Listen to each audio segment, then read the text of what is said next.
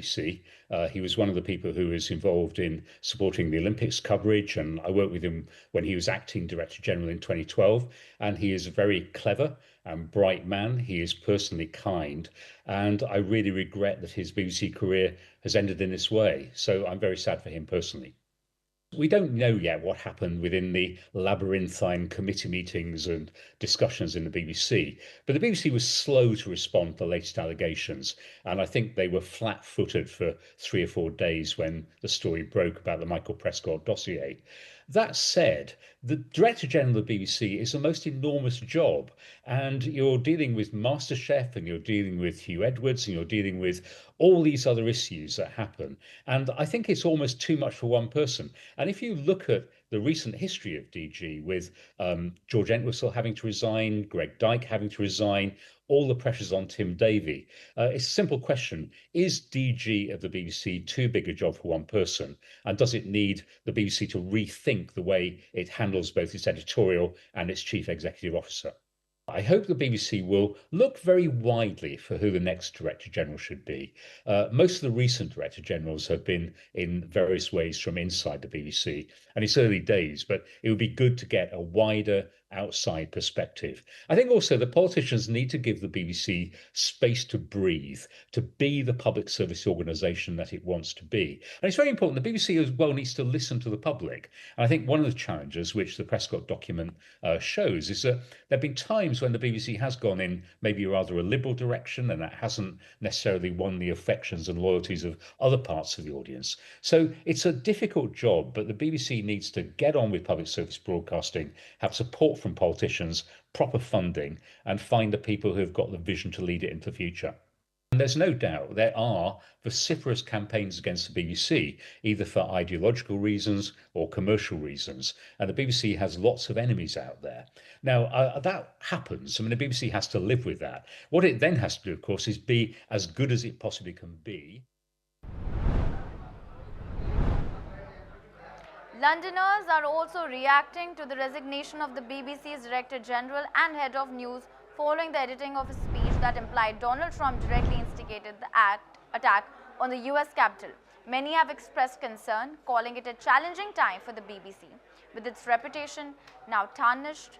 Let's in fact listen in to what some of the Londoners had to say.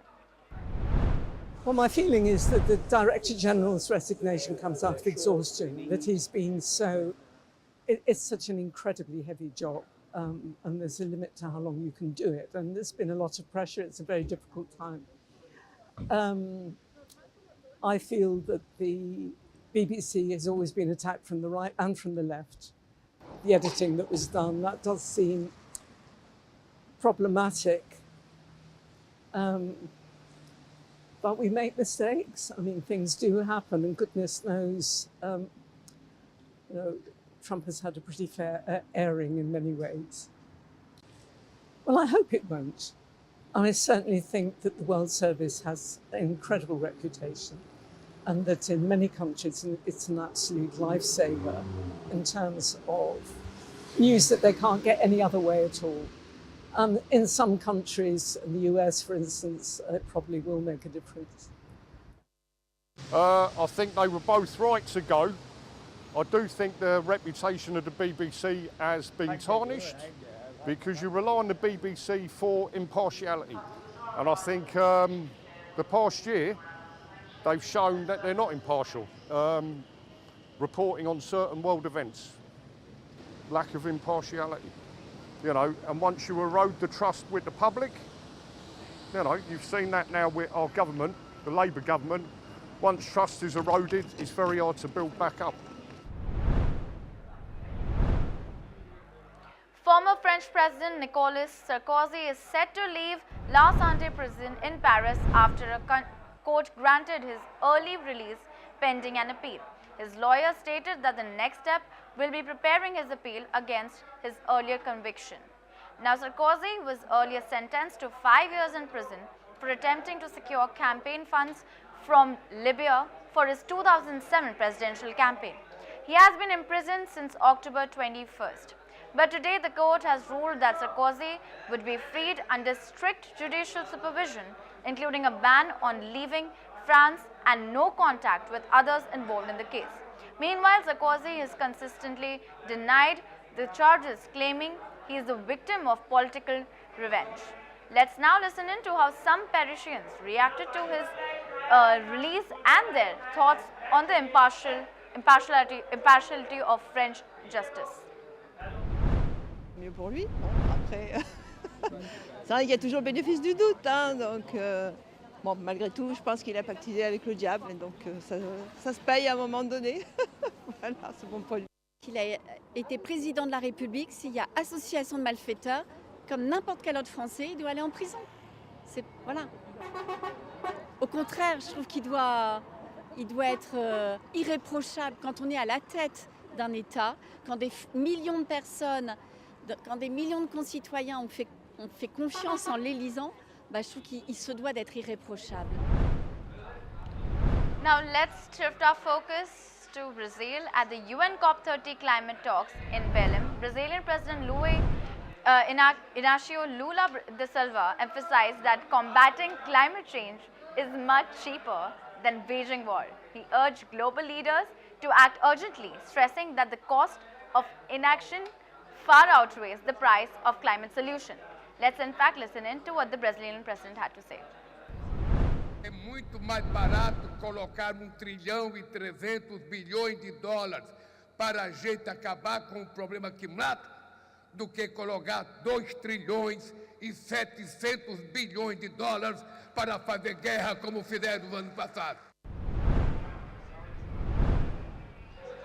Meanwhile, Simon Steele, the head of the UN's climate body, also warned that the world can no longer afford delays in addressing climate change, as the ongoing environmental disasters are increasingly devastating economies and livelihoods worldwide.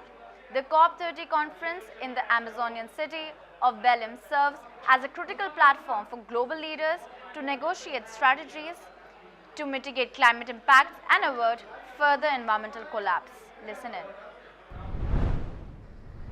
Not one single nation among you can afford this, as climate disasters rip double digits off GDP. To falter whilst mega droughts wreck national harvests, sending food prices soaring, makes zero sense economically or politically. To squabble while famines take hold, forcing millions to flee their homelands. This will never be forgotten as conflicts spread. While climate disasters decimate the lives of millions, when we already have the solutions, this will never, ever be forgiven.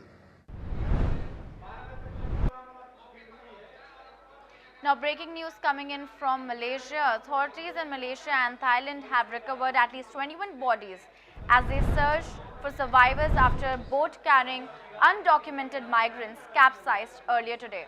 Officials said that the boat was carrying about 70 migrants, many believed to be from Myanmar's persecuted Rohingya community, trying to reach Malaysia when it capsized near Thailand's Tarutao Island 4 days ago.